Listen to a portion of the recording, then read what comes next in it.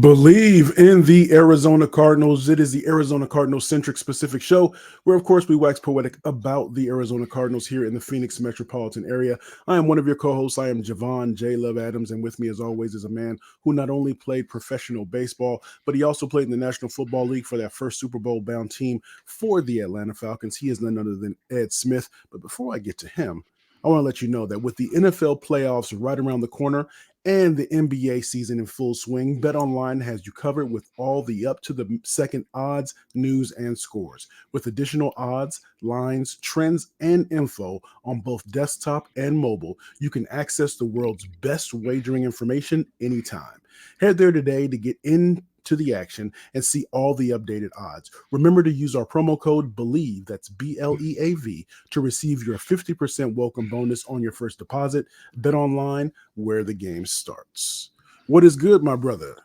Hey, you talk about a crazy week, bro. Golly, Yeah. with it is just bananas with all this stuff going on in the NBA or NFL, and then obviously with Saban out of nowhere. Wow. I mean, who would have thought that Yes. we would be stable out here in Arizona with our coaching situation, all the stuff going on around the league? This is Golly. true. This is true. So we're gonna get into all that. That's on. Thank goodness that's on the show notes. So of course we're going to talk about the end of the season for the Arizona Cardinals. I want to get have a discussion about are they in a better place, and I want to throw out a few names and just to get your thoughts on their production for this season. And does this mean good things are to come? Of course, now we're setting. Everybody in the organization is looking towards the draft and preparing and free agency and all that stuff as it comes. So your thoughts on maybe what they need. We're going to touch on those coaching the coaching vacancies that have come up in both college and in the professional ranks, and then just maybe what they is there a wide receiver in the future for the Arizona Cardinals, at least when we're looking at the first round, and then we'll get into other deeper things when we look at the other picks there. So let's start it off. So the Cardinals finished 4-13 for the second year in a row, and it's interesting because I've been listening to there's a couple of shows that I listen to locally, and they is there last season at this time we're thinking that 4-13 changes got to be made, people got to go this year, so that meant that regime was pretty much out the door, and now you have a 4-13 here, and I've heard some people say this, but there's cause for optimism based upon this 4-13.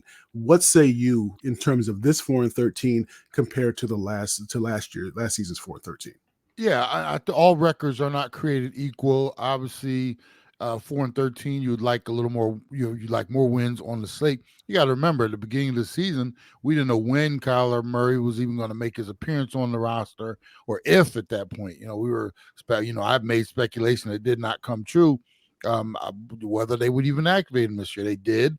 Obviously, by the time he got here, we were well on our way to this 4-13. Obviously, Josh Dobbs gave us the best he could, and Clayton Tune came in and gave us a quick hit, but once we got Kyler back, I think we saw some progress to the point where I'm not sure if the organization is considering moving off him, because I think he showed that he is a franchise quarterback. A couple things have to happen. We got to get more leadership from him.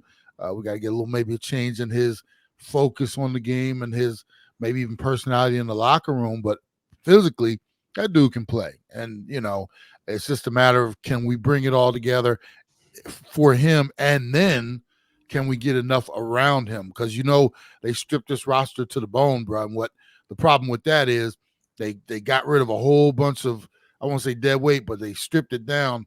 Now you got to build it back up. And it's not easy to do that in the league unless you, one or two things, you got to hit on draft picks out the wazoo, or you got to spend a whole bunch of money in free agency, which I don't think these guys are going to do. I think they're going to try to do it organically. So I do like the progress you made. Is this 4-13 feels a whole lot different than that 4-13 from last year. Last year, I'll throw this out at you, Jay. The Eagles at one point were 10-1 this season. Didn't feel like 10-1, did it? Right.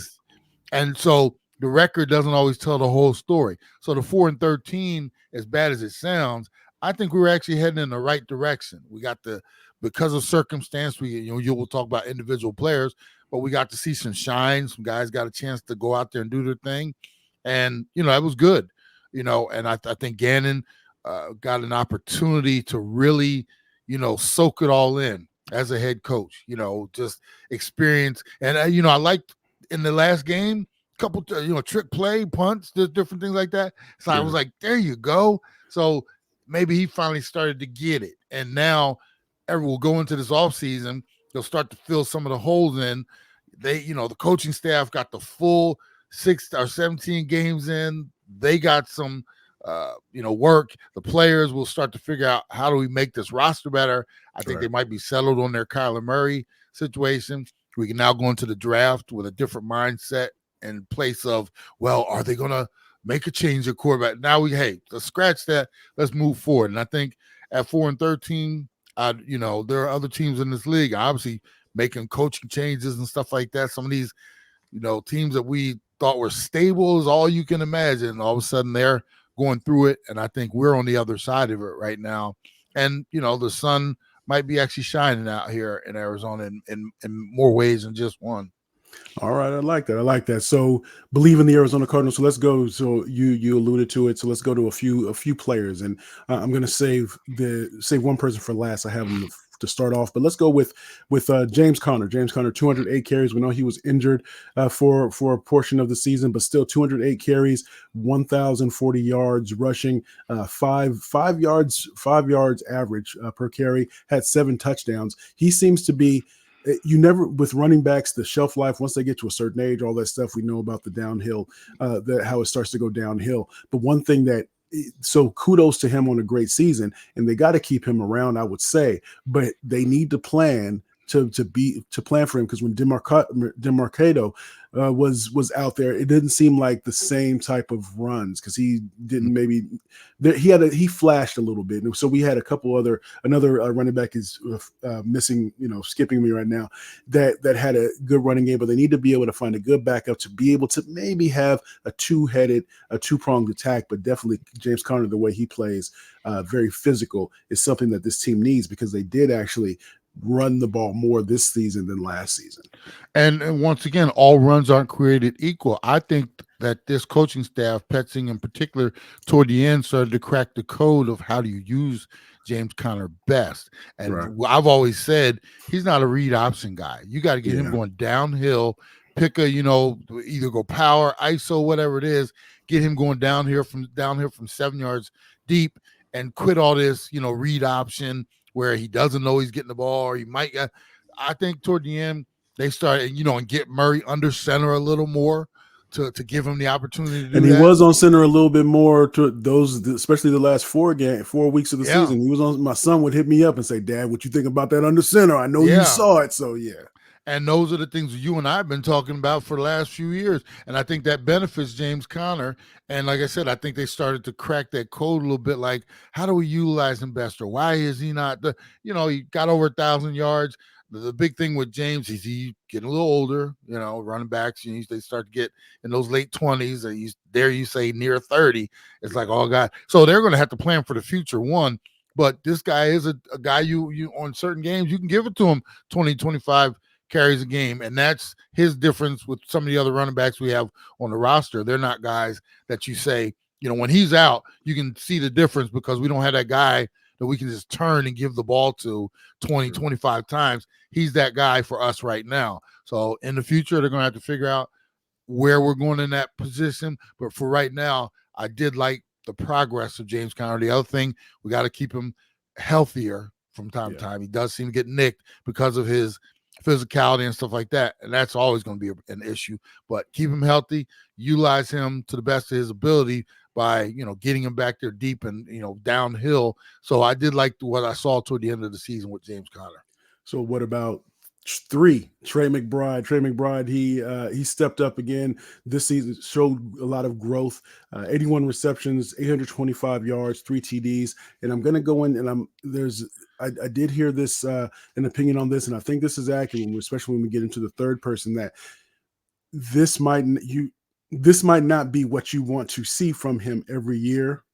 And I'll get into that in a second, but he did a really good job of taking advantage of the opportunities that he had, and really showed some growth and being somebody that Kyler Murray could depend on.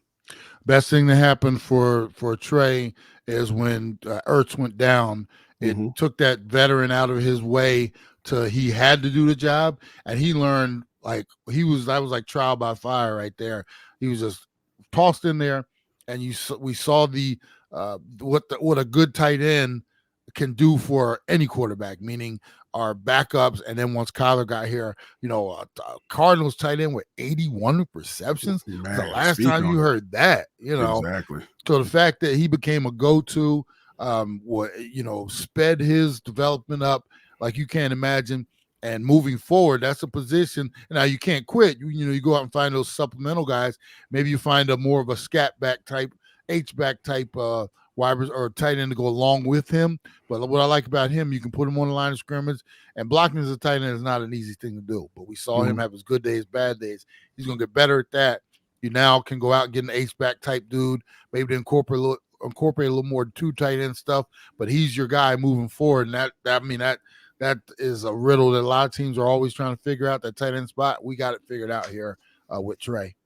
All right, so let's get into the third one. So, of course, got to talk about Kyler Murray. He played in 8 games, 10 TDs, almost 1,800 yards, 1,799 yards passing, 5 interceptions, and 89.44 passer rating. I mean, as you mentioned, I think it got a little shaky there for me, at least anyway, where I'm not sure about how this experiment is working with trying to get him to fit into this the new scheme, this new regime, that type of thing. But it seems like he showed some growth and maybe gave Monty Ossenford enough confidence in the fact that yes, we can go with him for maybe another year or two before maybe looking for some other type of quarterback. What were your thoughts on him? Yeah, shaky in the beginning, like you said. I think the game against the Eagles, I mean, that was like kudos right there. That was a great way to come down the stretch. The thing about Kyler is we know he has the physical attributes. He was less dynamic coming back from that knee, just because I've been there. It takes more than just a few weeks to get comfortable out there, especially as a quarterback. He wasn't as twitchy as he normally is, meaning Mm-hmm. it didn't see that explosiveness. So we saw it on spurts, but it wasn't like every day had to worry about him. What I liked is toward the end, he started to use the legs a little more, gained a little confidence. I think what happened, there was a couple times when he got hit, and it was like, ooh, and he got up, and I was like, okay, you can tell. Even it looked like even in his mind, it was like he was waiting on you to I guess that hit, the one a hit or two, and he got up and he was able to move on from it. Those are the ones that when you get twisted in a pile or something like that, you get up, then you're finally like, okay, I think I'm past that. So it showed me that he's getting past that knee. This offseason is going to be incredibly huge for him. He'll be able to build more strength in it, have the confidence that he just got through this past, these later games here in the season. Put that behind him. Year two after the leg injury, that's when you usually see guys, it's not even a thought anymore in their mind. So I think, throwing the ball, we still got a long way to go as far as getting him to drop back in the pocket, see things over the middle of the field, and deliver what I would like to see from him. And maybe it's through the offense or through his physicalness or, his abilities. Got to throw the ball up the field more. We did a lot of side to side, dink and dunk. I think at some point, if they figure out how to move him from the launch, change his launch positions where maybe a little more sprint out and stuff like that, we can get him throwing the ball up the field more. That's the one thing that he lacked, in my opinion. And then obviously coming back from that leg, the explosiveness, that'll take time. But I did like what I saw down the stretch. And then, we'll figure out as far as his leadership skills in the locker room and on the field, knowing games and stuff like that. That's something he's going to have to grow into because, Kingsbury, I think, enabled him a lot. He now has some people that are expecting more of him. And, I think he showed them enough with their obviously with the contract, that's always a hindrance as well. But I think he showed enough where we can say he's our guy moving forward. So of course, that means they're going to end up trading them in the offseason. But Right, yeah. but here's I mentioned with Trey McBride, and so here's what I meant by this. And so I heard this, and so I think it makes sense. Oftentimes, the tight end is that safety valve, right? So you have that safety valve. Sometimes it's a running back that comes out of the backfield, and so you get, if they can catch out of the backfield and have good hands. So Trey McBride was a primary target not only for Kyler Murray but also for Dobbs as well, right? And I think, but it's also if they go and they upgrade the wide receiver room, then Trey McBride's numbers may come down a bit. That doesn't mean that he's not doing the good things. Maybe he'll have more explosive plays. So maybe maybe he'll get just as many receiving yards, but maybe fewer receptions if you get a dynamic receiver, maybe like a Marvin Harrison Jr., or bring a couple of players in to be able to capitalize on maybe some speed, some height, etc., to really have a really possible explosive offense.